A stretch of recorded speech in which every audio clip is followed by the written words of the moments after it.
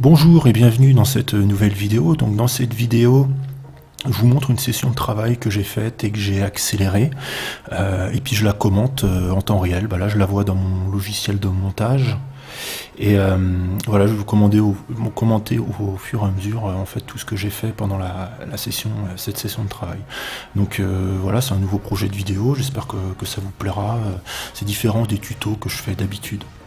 Voilà, donc ce que j'ai fait ici, c'est que j'ai utilisé le Blender Video Sequence Editor pour reprendre, j'ai pris une courte scène des Griffins et je l'ai dupliqué plusieurs fois et j'ai appliqué différents effets sur cette vidéo pour tester tous les effets justement qui étaient possibles de faire avec le Blender Video Sequence Editor. Donc je mets des effets de saturation, de lumière, j'inverse l'image, j'inverse la piste, voilà, je teste pas mal de trucs. Donc c'est assez intéressant comme exercice, je vous conseille de le faire. De toute façon, Blender, c'est un outil qui est fait pour bidouiller. Il faut bidouiller, il faut aimer bidouiller pour utiliser Blender. Et voilà, il faut aimer recommencer, refaire les choses. Voilà, c'est vraiment un outil de bidouille, c'est ça que j'adore dans ce logiciel. C'est vrai que j'ai peu retrouvé ça dans d'autres logiciels. Après, il faudra que j'essaye d'autres logiciels, mais l'aspect bidouille, l'aspect chercher la petite technique... tester des choses, enregistrer, prendre des notes pour noter tout ce qu'on a fait, retester des choses, retester pour vraiment intégrer le processus. C'est vrai que c'est pas forcément un logiciel pour ceux qui aiment les trucs tout faits, qui aiment les trucs où tu as déjà tous les effets de prêt, tout est déjà prêt dans le logiciel. Blender, c'est pas le logiciel qu'il faut, clairement pas. Voilà. Blender, c'est pour ceux qui aiment mettre les mains dans le cambouis, et je l'ai toujours dit, ça c'est vraiment un logiciel pour bidouiller. Ça c'est bien, c'est pas mal. Et aussi c'est un logiciel multicasquette, parce que bon, il fait de la 3D, de l'édition, voilà. Donc là je testais le multiply, j'ai testé de mettre une image noire, en fait un truc noir, en baissant l'opacité pour atténuer un peu l'image. Mais finalement sur cette vidéo là j'aurais dû tester sur des pistes beaucoup plus longues, voilà, parce que j'aurais pu mieux voir les effets. Voilà, ces vidéos là ça va me servir aussi un peu pour moi de récapitulatif en fait sur ma session de travail, tout ce que j'ai bien fait, tout ce que j'ai mal fait. Là j'aurais dû tester sur des pistes beaucoup plus longues pour voir les effets se faire. De toute façon je l'ai vu au niveau du rendu, je posterai le rendu. Alors je vais peut-être pas pouvoir le poster le rendu parce que j'ai peur que ce soit supprimé par YouTube, comme c'est quelque chose avec des copyrights, c'est une animation avec des copyrights, donc je sais pas si ça va passer. Je vais tester, je vais essayer de la publier, je verrai bien.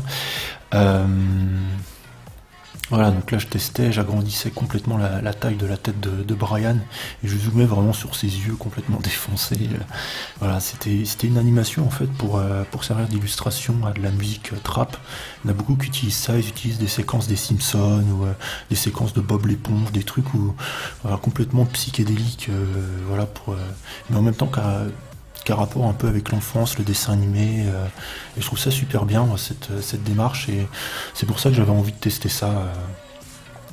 Et du coup ce que j'ai fait, là j'étais au McDo quand j'ai fait ça, je me suis dit tiens je vais enregistrer et je vais voir ce que je vais faire de cette vidéo, et après j'ai eu l'idée de me dire ouais tiens je pourrais la respotter pour faire des commentaires par dessus, parce qu'au moment où je le faisais je pouvais pas commenter en direct. Voilà, il y a des moments où on peut pas commenter en direct, c'est beaucoup plus facile de shooter le truc et après de commenter. Et c'est bien parce que on m'a reproché dans une vidéo que je faisais des podcasts où je mettais juste une image et je mettais pas de description. Là bon, déjà ça donne un support.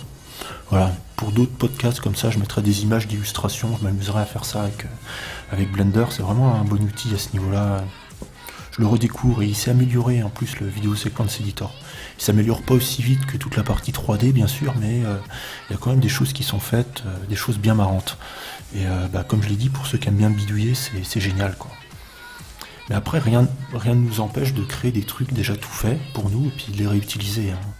Donc là ce que j'ai fait, c'est que j'ai fait un truc marrant, c'est que j'ai superposé plein de fois les yeux de Brian, et je me suis dit je vais mettre une transparence, voilà, et puis je vais déplacer comme ça et je vais en mettre plusieurs. Je vais en mettre plusieurs sur la vidéo.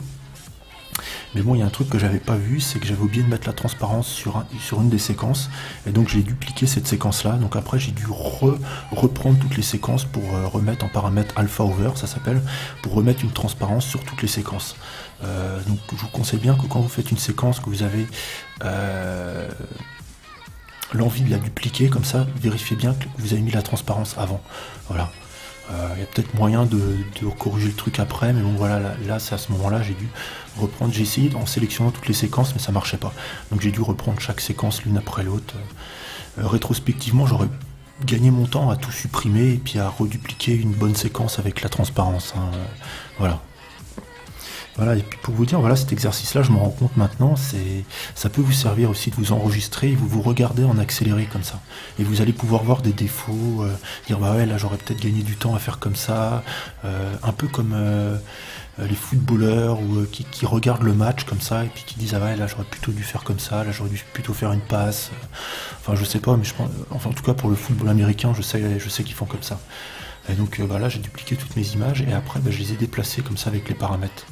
Et rétrospectivement, encore une fois, j'aurais dû utiliser le paramètre transform, ça aurait été beaucoup plus rapide. Et il y avait aussi un add-on qui permettait de déplacer comme ça les images beaucoup plus rapidement. Voilà.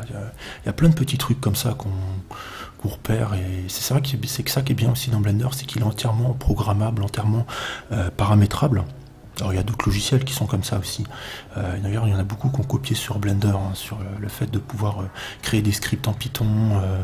Voilà, on peut vraiment tout scripter, tout paramétrer beaucoup plus que dans d'autres logiciels. Je me répète, hein, mais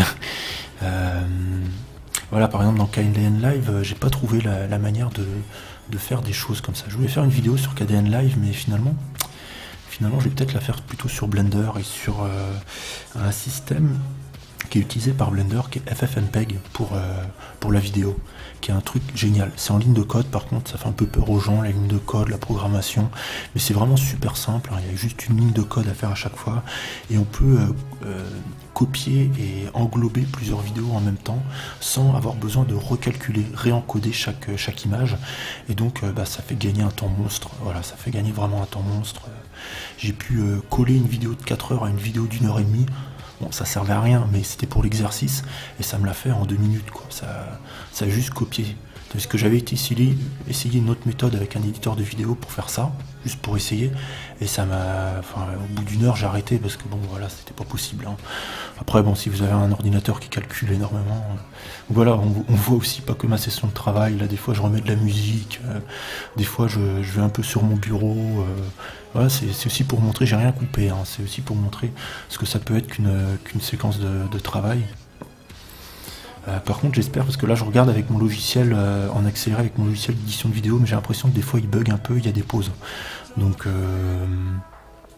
j'espère que ça va bien être synchro. Là, j'ai un petit doute sur le fait que ce soit bien synchro.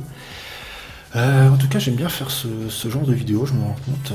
C'est aussi et avant tout un exercice pour moi que je réécouterai, parce que c'est riche d'enseignement, c'est vraiment riche d'enseignement de faire ça. Pareil, je vous conseille de faire ça. Après, c'est vrai qu'on peut regarder les travaux, on regarde...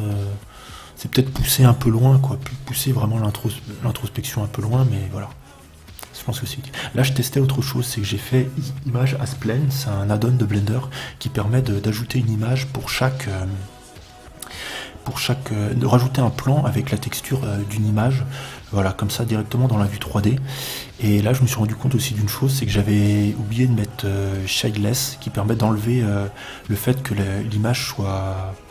que les paramètres d'éclairage soient appliqués à l'image, et les paramètres d'ombre aussi, et donc j'ai dû le refaire pour chaque image. Là, rétrospectivement, j'aurais dû le faire aussi en amont. Il y a beaucoup de choses comme ça qu'on repère pas tout de suite, et qu'on se dit qu'on aurait pu le faire en amont. Surtout que je crois qu'il y a un paramètre dans cet add-on là pour le faire directement, quoi. Juste une case à cocher.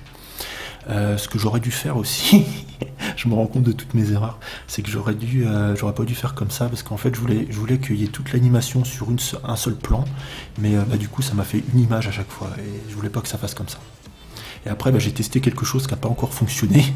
En fait, je vous parle que de mes erreurs, mais les erreurs, on apprend beaucoup de choses. J'ai essayé de faire une animation de caméra de toutes ces images là en déplaçant la caméra, mais ça donne un résultat pas terrible en fait. Je pensais que ça allait refaire l'animation, mais en fait on voit rien. Ce que j'aurais dû faire, encore une fois rétrospectivement, c'est faire une pause à chaque image comme ça avec la caméra. Voilà. Donc voilà. De toute façon, la 3D, c'est faire des erreurs, recommencer, faire des erreurs. Moi, j'ai remarqué ça même dans tout. dans tout, on fait des choses, on fait des erreurs, et c'est comme ça qu'on apprend encore plus en 3D. Et plus on fait d'erreurs, plus on recherche les erreurs, et plus on apprend. Donc là, c'est tout le rendu. Hein. Vous pouvez voir, voilà, le déplacement, image par image. On voit l'animation. Là, je me suis déjà rendu compte au début, au niveau du rendu, que j'avais déjà fait une connerie. Mais bon. Donc là, je retourne un peu dans mon dossier. Hein, voilà, je vérifie à combien de temps je suis au niveau du logiciel d'enregistrement. Voilà, je fais aussi des recherches un peu sur Google. Vous pouvez voir un peu ce que je cherche sur Google. Voilà, il y a Draw with Jasa, il y a plein de choses. Je regarde mes vues, souvent je regarde mes vues. Bon, elles bougent pas beaucoup, mais bon, voilà, c'est... Voilà, et puis aussi j'ai envie de publier énormément de vidéos là, donc j'essaye de tester de nouveaux concepts, de tester de nouvelles façons de faire. Dites-moi dans les commentaires hein, si vous appréciez, ce que vous aimez, ce que vous aimez pas, hein, ce que je peux pas m'en rendre. Donc là j'ai fait une petite modélisation 3D hein, sans prétention, juste un petit, juste pour tester les paramètres de subdivision, puis je passe, je switch d'un truc à l'autre. C'est vrai qu'en 3D on fait souvent, enfin moi je fais souvent ça, je switch d'un truc à l'autre comme ça. C'est peut-être pas assez patient. C'est vrai que la 3D ça demande de la patience, mais là je suis peut-être pas assez patient pour faire de la 3D. Des fois je me dis ça. Là j'ai essayé de remettre la texture des griffines sur le truc, mais pareil ça a foiré. Il y a beaucoup de choses qui ont foiré hein, dans cette partie là, parce que je testais beaucoup de choses nouvelles que j'avais jamais testées jusqu'à présent, donc forcément quand on fait ça, on foire beaucoup, mais on apprend de nos erreurs et il faut absolument faire ça, faut tester, tout le temps tester. C'est ma façon d'apprendre, moi, c'est de tester. Alors bien sûr, je regarde aussi beaucoup de choses sur internet, je fais beaucoup de recherches, c'est faire des recherches et tester, faire des recherches, tester, mais aussi tester par soi-même pour découvrir de nouvelles choses. Des fois quand on trouve pas ce qu'on veut, faut tester, faut bidouiller, et des fois de tester ça fait des choses dont on n'a même pas idée en fait. Donc là vous voyez, là je remets mon image, en accéléré ça fait un peu bizarre, et puis là je regardais une vidéo que j'avais faite, une petite vidéo que j'avais faite,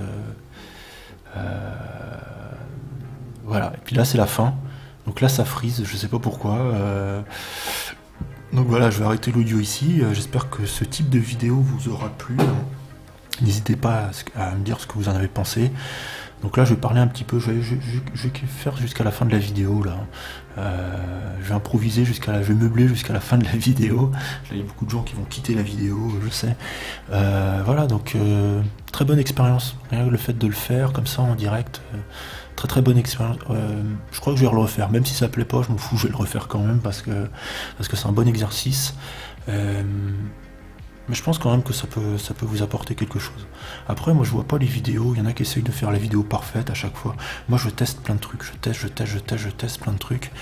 Et pour moi d'abord, dans un premier temps, il y a beaucoup de choses que j'ai testées, que j'ai pas publiées parce que voilà, c'était pas abouti. Finalement je regarde ça et puis finalement je me dis bah non, je vais pas le publier. Et c'est les 3/4 de mes vidéos d'ailleurs. Et je publie qu'un quart de mes vidéos à peu près sur la chaîne. Pour à peu près, je sais pas, ouais, c'est ça à peu près 4-5 vidéos que je fais, que je produis, j'en publie qu'un tiers, et voilà. Mais même des fois des vidéos, j'ai travaillé 3 heures dessus, mais finalement le rendu me plaît pas, je la supprime pas pour autant, parce que j'ai passé 3 heures dessus, je me dis peut-être que je pourrais la réutiliser dans un autre truc, et souvent je la réutilise, ou je la remets en accéléré, cette vidéo-là par exemple je l'ai remis en accéléré, ou j'en fais autre chose, je coupe des petits bouts, et puis je les regroupe, finalement je reteste, jusqu'à temps que je juge avoir quelque chose de potable. Et après, c'est là que je le diffuse au monde entier. Voilà, en tout cas aux personnes qui me suivent. Voilà, je testerai. Je radote beaucoup. Il faut que j'arrête de dire que je radote. Voilà, il y a d'autres types de vidéos que j'ai envie de tester, comme ça, c'est les diaporamas, j'ai envie de tester des rendus, j'ai envie de tester. Voilà, il y a plein de vidéos en accéléré, comme ça, avec Blender.